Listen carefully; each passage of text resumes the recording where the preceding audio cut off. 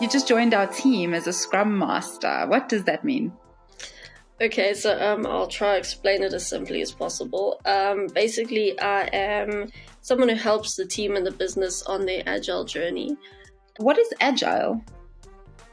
So agile is kind of like, it's a way of working and thinking.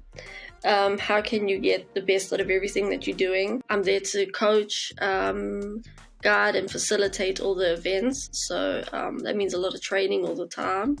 And I'm also mainly there to remove impediments. So that can be any kind of impediment at all, from both the like a higher level in the business, from team members as a whole, individually, from clients. So pretty much anything that kind of stops work from happening in like a efficient way. I'm also there to make sure that everyone is constantly learning, as the industry is changing so fast all the time. So constantly learning is a very important thing for everyone. Like on an individual level, and just seeing how training people can like really bring something to the business and make a difference to the business as well. So and also making sure that the teams are becoming self-organizing. So that's very important, because the whole point of Scrum and Agile and the Scrum Master is to empower people. So what is the difference between a Scrum Master and a project manager?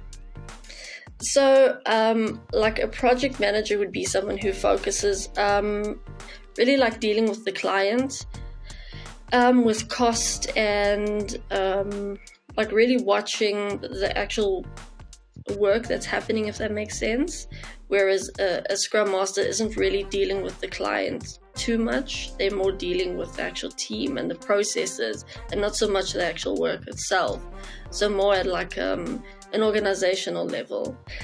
With Agile, there are a lot of different processes that you can use. We are using Scrum. So with Scrum, you have you kind of meet up with your team every single day. You have those 15 minutes to talk about what's going on with you. Do you need help? What impediments do you have? You do have really good planning sessions with the whole team, your product owners, your developers, your designers. Everybody is always very aware of what's going on.